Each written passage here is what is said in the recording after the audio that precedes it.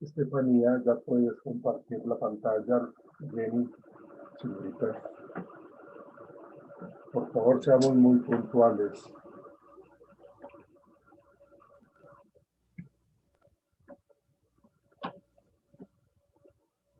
Bueno, a nuestro grupo, bueno, nos tocó trastorno del comportamiento alimentario y en un caso de bulimia nerviosa. Mi grupo está conformado por Tatiana y quien les habla Estefanía. Siguiente, por favor. En la descripción del caso. En este caso, entra una mujer de 25 años, nacionalidad española, soltera y vive con sus padres en unos trabajos temporales, ya que está en un curso de máster. La relación es distante con sus padres. Ocasionalmente fue por los problemas psicológicos que mantuvo desde una edad temprana por sus padres. Y es una mujer que acude por primera vez a consulta por voluntad propia, centrándose en su tratamiento de problema alimentario, que es incapaz de seguir una dieta a su gusto, ya que presenta problemas de atracones, produciendo la conducta de vómito autoinducido y afirmando que en los últimos meses esta conducta ha aumentado. Eh, Pásala, por favor. Aquí tenemos el genograma. Entonces, el papá es de 64 años, es obrero y violento. Y la mamá es ama de casa, tiene 60 años y la mamá sufre de una enfermedad mental muy grave y es dependiente. Hay una hermana mayor que trabajó de comercial y nuestra paciente es estudiante de máster, trabajo comercial y con una enfermedad de bulimia nerviosa. ¿La puedes pasar, por favor? Bueno, en la historia del problema, la paciente refiere haber estado preocupada por su peso desde siempre. Recuerda haber hecho todo tipo de dietas junto con su hermana desde la edad de los 12 años. También juntas asistían a gimnasios para realizar largas horas de rutinas de ejercicio.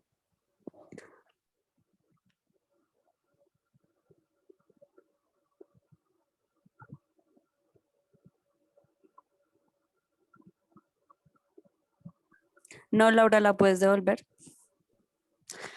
Bueno, la paciente también cuenta que a veces como que esto se le salía de las manos en diferentes momentos de su vida.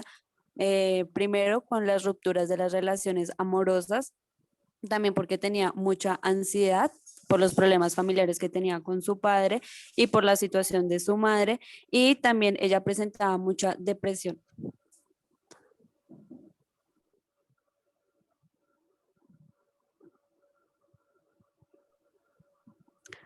Bueno, en los antecedentes clínicos encontramos que ella en enero del 2017 había acudido con el médico de su familia a causa de su ansiedad y su depresión. Le recetan le recetan paroxetina, que es un fármaco antidepresivo inhibidor de la recaptación de serotonina en las terminaciones nerviosas, lo que causaba la disminución de los síntomas, pero persistía la bulimia nerviosa. ¿La pasas, Laura? Bueno, en las estrategias de evaluación hubieron como dos metodologías. La primera fue la entrevista, que permitía como conocer un poco más a la paciente, y antes de esta se le había preguntado cuál era el motivo de la consulta, ya que fue ella misma la que se comunicó con el centro ITEN, que es donde ella hace su seguimiento, y ella comenta que pues tiene problemas alimenticios. Entonces lo que se hace son evaluar ciertas áreas que son pues el motivo de la consulta: su peso corporal, sus conductas alimentarias, su imagen corporal, los tratamientos que había tenido antes, el historial médico, la historia de su familia, cómo era su círculo social y qué síntomas ella pues desde su perspectiva tenía. Y por otro lado pues se le habían realizado unos cuestionarios. Entonces primero se hacen unos que son específicos de los TCA. Entonces el primero es el BITE, que es un test de investigación de la bulimia de Edimburgo, y lo que se hace es para estudiar en sí la bulimia. Este consta de 33 ítems agrupados en dos subescalas. La escala de síntomas está formada por 33 ítems que se evalúan por sí o no, y la de gravedad, que está formada por 3 ítems, que esta es tipo Likert, donde 0 es nunca y 7 de 5 veces al día. La puntuación total de ambas escalas está situada en la de 25 puntuación y esta prueba se aplicó 2 veces, antes del tratamiento y después del tratamiento. Y la otra es el EDQ, que es un cuestionario examen de trastorno de la conducta alimentaria. Este consta de 43 ítems con respuesta en una escala también tipo Likert, donde 0 es nunca y 6 es todos los días y hace una referencia a la frecuencia de ciertas conductas que ella presentaba en el primer mes y después en los últimos 3 meses y se evalúan 4 subescalas. La primera es la restricción dietética, la preocupación por la comida, la preocupación por el peso y la preocupación por la figura corporal. Y ya pues lo que vemos abajo que se hacen otras pruebas, pero estas son para evaluar otras patologías. Entonces tenemos el inventario de presión de Beck 2, la escala de dificultades de la regulación emocional, el inventario de ansiedad de estado de rasgo y un cuestionario de impulsividad. Bueno, en el análisis funcional encontramos dos variables. La primera variable moduladora, en esa encontramos tres: ambientales, sociales y familiares. En esta, la paciente aclara que la interacción ha sido tan conflictiva para su familia y que lo más importante de esas es como el estándar estético que tiene la paciente. ¿Sí? La paciente dice estar señalada como el patito feo, recibiendo críticas más por su padre. En las personales y disposicionales se encuentra que por los antecedentes de su madre con la esquizofrenia indican una posible predisposición biológica a sufrir alguna enfermedad mental grave, y teniendo en cuenta que también el temperamento de la paciente con cierta impulsividad y sensaciones novedosas, presentando como un estilo rígido de que el perfeccionismo y eso de que una con el, y esto también está como junto a que el sobrepeso y la autoestima. Y en las fortalezas o factores de protección encontramos que, bueno, los recursos personales, no, estos ayudan como que a la gravedad de esta enfermedad de forma notable, ¿sí? Para que su entorno personal y, bueno, el contexto social con un pequeño círculo de apoyo que ella como que aclara que es como su hermana y algunos amigos, y el apoyo de su abuela materna, quien como que las conductas, problemas, es como la única que la apoya. Y esta aclara que, bueno, que cuando va visitando a su abuela no acepta comidas. Y en las variables desencadenantes encontramos la variable remota, y estas son como las situaciones de estrés que dan inicio al trastorno, como las críticas sobre su aspecto donde inician sus primeras dietas, como a los 12 años. Seguido a eso, pues los problemas alimenticios se disparan con la primera ruptura sentimental. Y en las variables inmediatas, en las conductas problemas apetecen en las situaciones sentimentales de rechazo y soledad con aburrimiento, y convirtiéndose en un estímulo para que esta aparición de estas conductas de alimentación. ¿La puedes pasar, por favor? Bueno, aquí encontramos también en el análisis funcional unas conductas problemas relacionadas con la patología. La primera es preocupación excesiva hacia la figura y el peso. Esa conducta aumenta por la atención que presta a la aparición de personas que están más delgadas que ella, considerando las comidas buenas o malas. 2, no presenta patrones, esos patrones son de 5 comidas diarias, ellas no las presenta. 3, presenta unas dietas restrictivas. Acá la paciente realiza como varias dietas, como evitar comer o como acudir a los atracones, y asimismo restringe a la comida, a la cantidad de comida que ingiere, y evita la comida que engorda, ¿sí? Y en la 4 es ingesta compulsiva. En esta la paciente ingesta grandes cantidades de alimentos superiores a los que ella considera normal. Como 5 tenemos conductas compensatorias. En esta la paciente requiere uso de laxantes y vómito autoinducido. En las 6, conductas de comprobación. En estas la paciente se compara con otras mujeres y se mira rápidamente el grosor de sus músculos. Y en las 7, conductas de evitación, esta evita como situaciones sociales como celebraciones y grandes comidas, y también como que evita que su cuerpo lo vean más personas, como el utilizar vestido de baño. En la 8, el estado de ansiedad, estado de alerta y preocupación. En esta también hay como tensión muscular y cansancio. Y las pulsiones son elevadas.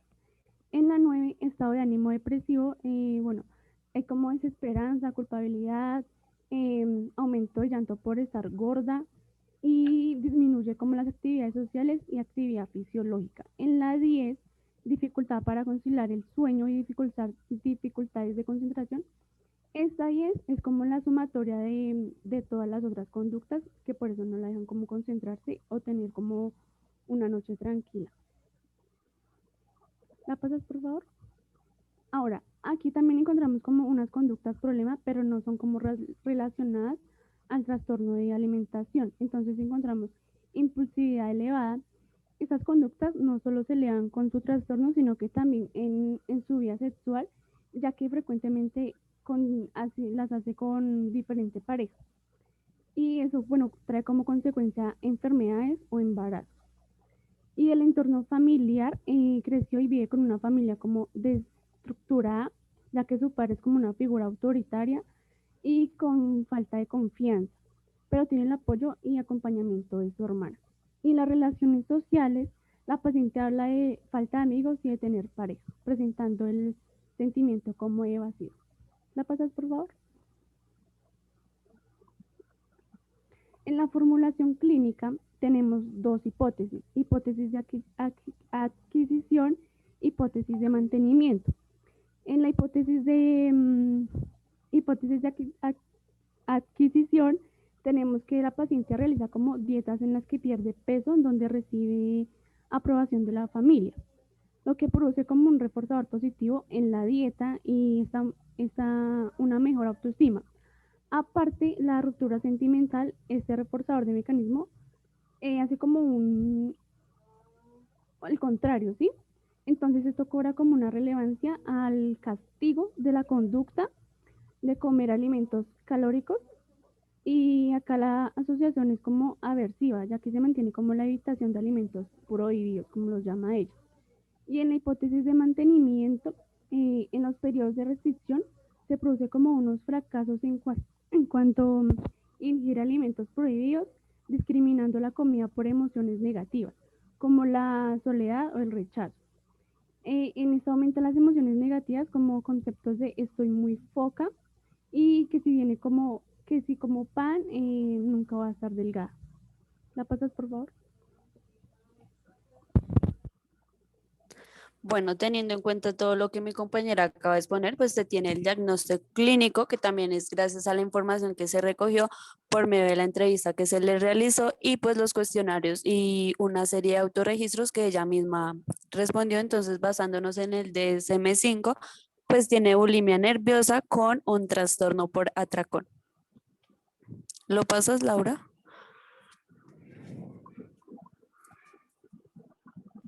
Bueno, tenemos como una intervención más adecuada de la terapia cognitivo-conductual. En esta, bueno, se recibe como un apoyo empírico y es como eficaz en áreas funcionales, ¿sí? Dietas y actitudes disfuncionales hacia la imagen corporal de la paciente. En esta se halla una reducción de la sintomatología asociada en depresión y ansiedad. ¿La pasas, por favor? Bueno, en la terapia cognitivo-conductual tenemos 5, pero en esta se muestra como en la primera se muestra una mayor eficacia de esa terapia hacia la terapia interpersonal. En la B tenemos una mayor eficacia en la terapia conductual, una mayor eficacia del tratamiento cognitivo-conductual a la terapia conductual. En la C tenemos una mayor eficacia del tratamiento cognitivo-conductual a la terapia de apoyo. En la D tenemos una mayor eficacia hacia la exposición como de prevención de respuesta. Y en la D tenemos una mayor eficacia del tratamiento cognitivo-conductual hacia la medicación antidepresiva de triciclofloxetina, de la combinación de tratamiento cognitivo-conductual y la medicación superior a solo aplicar como, o sea, esta es como superior a aplicar como la terapia cognitivo-conductual. ¿La pasas, por favor? Bueno, y tenemos unos objetivos y como el primero es incrementar y mantener la adherencia del tratamiento en busca de como un cambio y una motivación. En el segundo es incorporar un patrón alimentario de 5 ingestas diarias, ya que no las tiene. En la 3 es reducir un número de atracones. Y en la 4 es reducir el número de conductas compensatorias dirigidas a la pérdida de peso, como vómitos autoinducidos o uso de diuréticos o dietas restrictivas. Y en la 5 es como mejorar un autoconcepto en su figura y el peso. ¿La pasas, por favor? Bueno, ya después de que se establecieron cuáles eran los objetivos a tratar con la usuaria, lo que se hace es una elección de técnicas para que esto se pueda dar de manera progresiva y con unos resultados que sean factibles.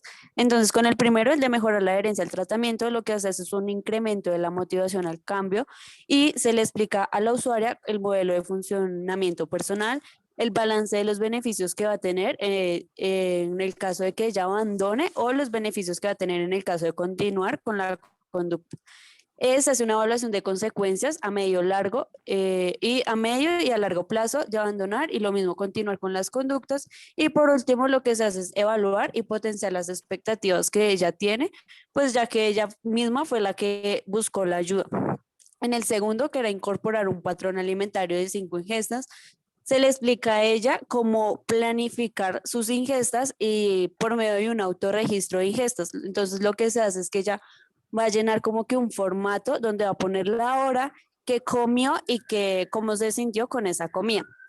En el tercero, que era reducir el número de las conductas compensatorias dirigidas a la pérdida de peso, entonces se hace como una psicoeducación a la paciente donde se le va a explicar cuáles son los efectos que ella va a tener en un futuro con las dietas extremas y cuáles son esos problemas que va a tener su organismo con el método de los laxantes y el empleo de métodos inadecuados para controlar el peso. También se hace un autorregistro de conductas compensatorias, que era lo que nombraba mi compañera, de cuando las personas como que le daban, bueno, como que la felicitaban por su aspecto.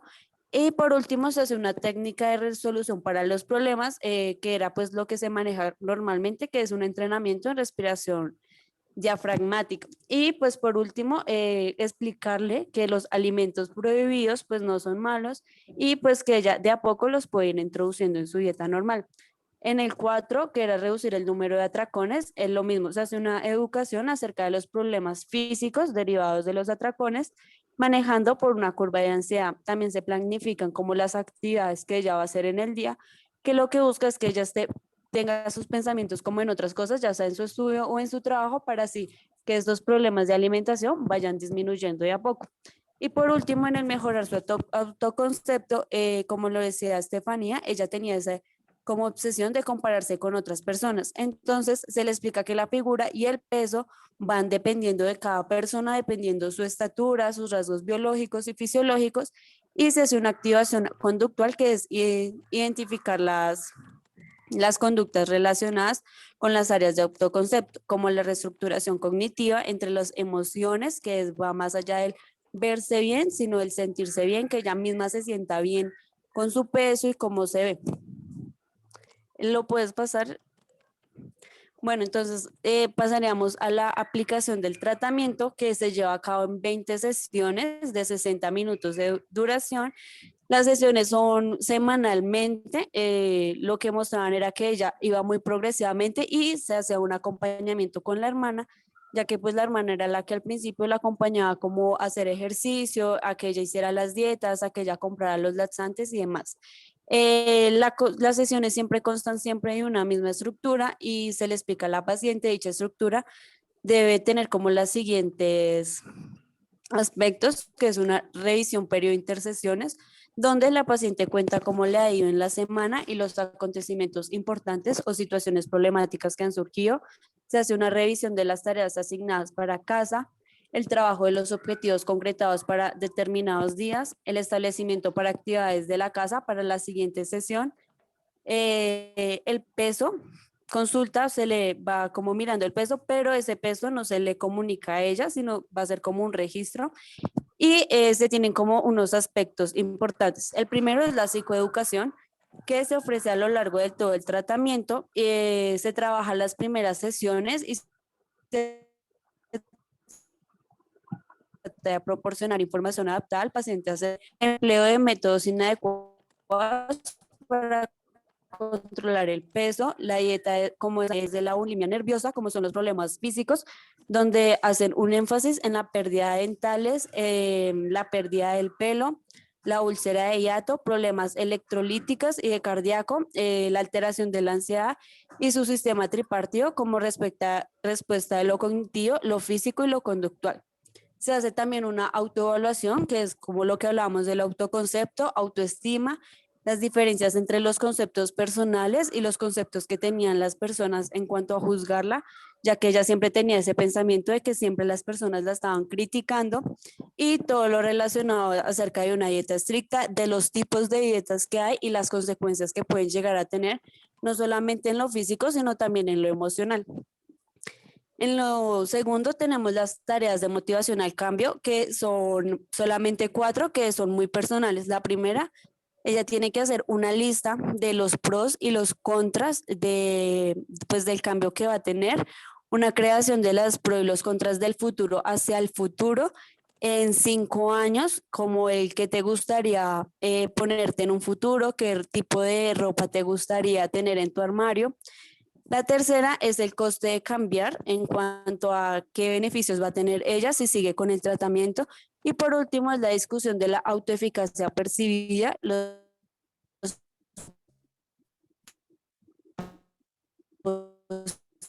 posibles barreras que puede tener, registros que se monitorizan por el medio de las ingestas que ella va a tener en cada semana. No va a ser por día, sino semanal.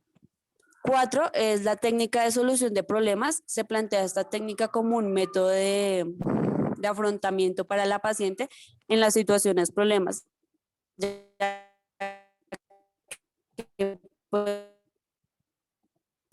Por la situación de su padre, a ver, es que las técnicas de reestructuración cognitiva, que era lo que hablaba de cómo sentirse y cómo se veía ella. Y pues se hablaba de que ella se manifestaba de que si ella hacía las 5 comidas diarias, ella se iba a sentir más obesa y sentía que cada semana al seguir ese plan de alimentación lo que ella estaba era subiendo más de peso y no se sentía conforme con eso. La 6, que era la técnica de control de respiración. Séptimo, las técnicas de exposición.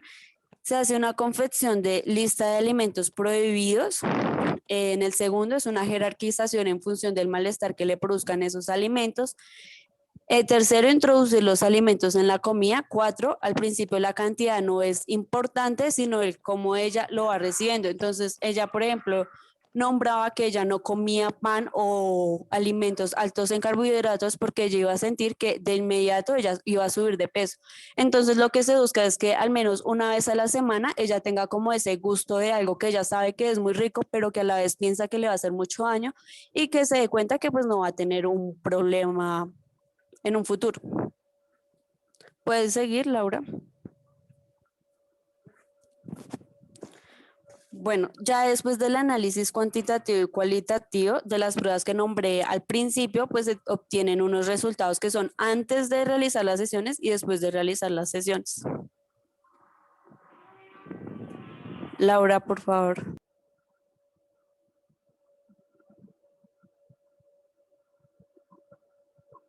Bueno, en la psicopatología alimentaria que se realizó con la prueba de EDQ, entonces durante la evaluación inicial, la usuaria apuntó por encima del punto 4, que es esa raya que pueden observar ahí, y en todas las subescalas. Y ya después, que es post, se observa una disminución de la puntuación en todas ellas, situándose por debajo del punto corte.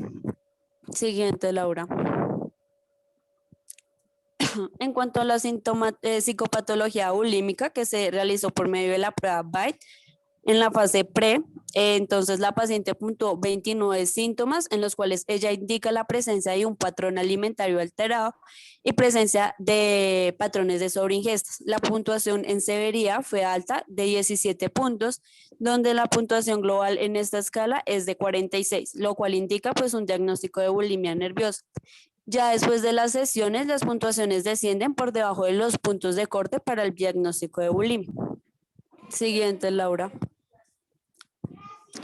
En la regulación emocional, que fue por medio de la prueba DERS, entonces en la evaluación inicial la paciente mostró puntuaciones normales en las subescalas referentes a la atención dirigida hacia las emociones y la comprensión de las mismas, mientras que en las subescalas referentes a la emocional eficaz, hay un grado de como de interferencia mostrando dificultades. Los resultados obtenidos tras el tratamiento indican una disminución de tales que se puede observar ahí y se hace como una comparación a lo global que se podría considerar como lo que es lo normal y estos resultados se ven reflejados en una escala total que es la disminución de 22 puntos en total de pues, la población general.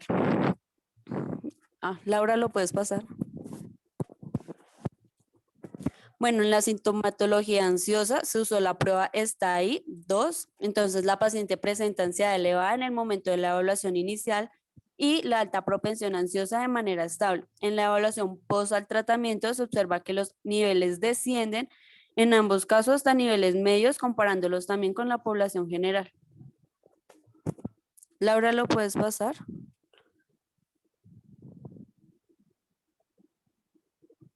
En el comportamiento impulsivo se usó la prueba UPPSP, que en la fase pre la paciente obtiene puntuaciones superiores a la media poblacional en las 3 subescalas, que es la urgencia negativa, lo cual indica una elevada tendencia a ceder ante los impulsos fuertes cuando estos van acompañados por la estimulación continua y la búsqueda de sensaciones placenteras, indicando una elevada preferencia por la estimulación continua y la urgencia positiva.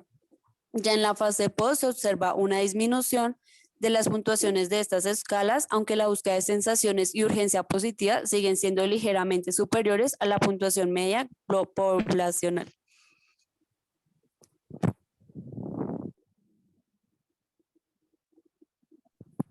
Bueno, ya en lo cualitativo, basándonos pues en los objetivos que se tenían planteados, se observa que hay un buen como adherencia al tratamiento, ya que ella misma explica que pues ella prefiere seguir con el tratamiento, que ella sabe que es un poco fuerte, pero pues que a un futuro le va a hacer un buen cambio a su vida.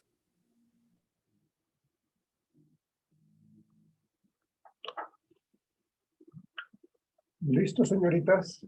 Muy bien. Sí, profe. Ok, a ustedes gracias. Retire su presentación.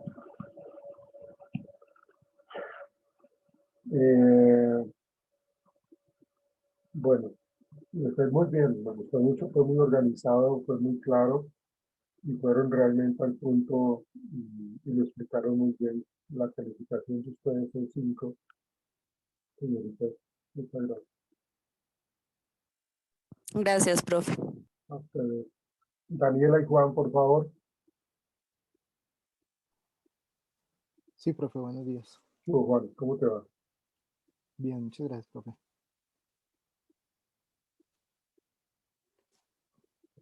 Espero que estén en clase, ¿no? Yo por ahí he estado preguntándole a algunas personas y no me han dado respuesta.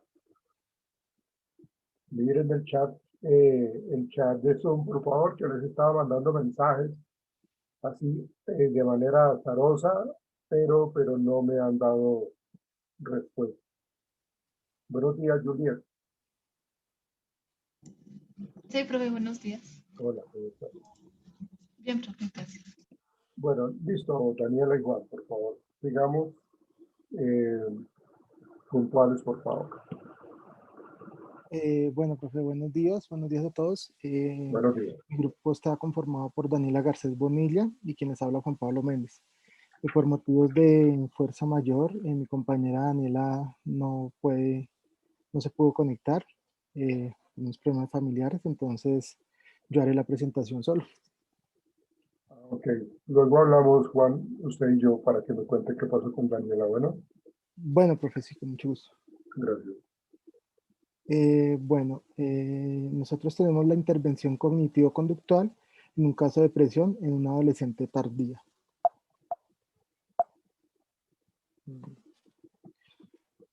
La intervención es en el caso de una adolescente tardía de 18 años de edad con trastorno depresivo mayor. El objetivo es analizar los efectos de la aplicación de un tratamiento cognitivo-conductual dirigido a reducir la sintomatología depresiva. La descripción del caso. Entonces es una joven de nombre Esther, de 18 años de edad, que cursa primero de bachillerato en colegio público. Es la mayor de 2 hermanas y su hermana tiene 15 años. El motivo de la consulta, entonces inicialmente llega la paciente Esther demandando atención por problemas de ansiedad derivados de los exámenes o las evaluaciones que tiene en su colegio. La paciente cuenta que cada vez que tiene que realizar un examen se pone muy nerviosa, con síntomas de dolor de cabeza y estómago. Además de esto, la paciente cuenta que se ha quedado en blanco en muchos de sus exámenes. También cuenta que esto comenzó a sucederle en el tercer año de secundaria, en el cual le fue muy mal, incluso le tocó retirar 3 materias.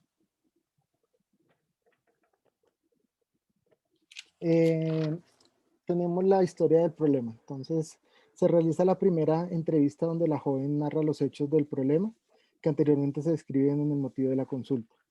Posteriormente, en las siguientes consultas, la joven empieza a informar que presenta síntomas depresivos. Se siente triste y sin esperanza. Cuenta que ya no tiene ganas de hacer nada y tiene una percepción negativa de ella misma.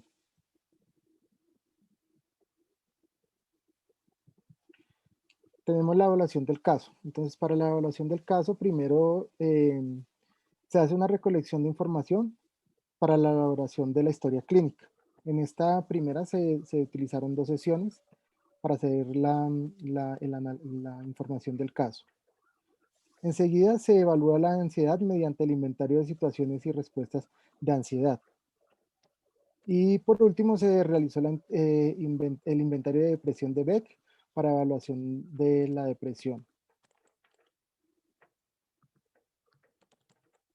En los análisis de estas primeras entrevistas, de estos primeros entrevistas que se le hicieron, salió que con respecto a la escala de autoestima de Rosenberg, puntúa 18, que la pone en una autoestima baja. También mostró depresión severa, según el inventario de depresión de Beck, puntuó 31. Y con respecto al inventario de situación y respuestas, y según el percentil obtenido, muestra ansiedad severa. Entonces, las conclusiones para estos exámenes que salieron y para todo lo que se le realizó, se presenta ansiedad y depresión severa y una baja autoestima. Y cumple con los parámetros para el diagnóstico de trastorno depresivo mayor, según el DSM-5.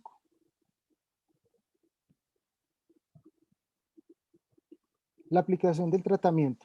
Entonces, para la aplicación del tratamiento, el objetivo principal es la mejora del estado de ánimo y reducción de los síntomas depresivos de la paciente. También se pretende mejorar su autoestima, asertividad y reducción de la ansiedad ante los exámenes. Se realizaron tratamientos, se utilizan aspectos de la terapia cognitiva de Beck, técnicas para la autoestima, técnicas para afrontamiento de la ansiedad, y se realiza el tratamiento de corte cognitivo-conductual. En este tratamiento de corte cognitivo-conductual se tiene en cuenta la situación por lo que ella llega, se detiene el pensamiento, las acciones y los sentimientos. Esto es lo que se trabaja en la terapia cognitivo-conductual. Situación, pensamiento, acciones y sentimientos.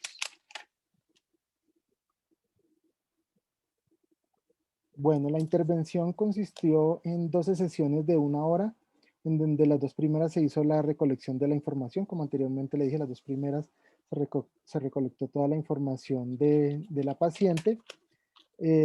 Luego de esta intervención, se le hizo la psicoeducación de los temas anteriormente nombrados, las terapias para la autoestima, las técnicas para afrontamiento de ansiedad y las otras que anteriormente nombré. Y las 2 últimas sesiones se le hizo el seguimiento a la paciente.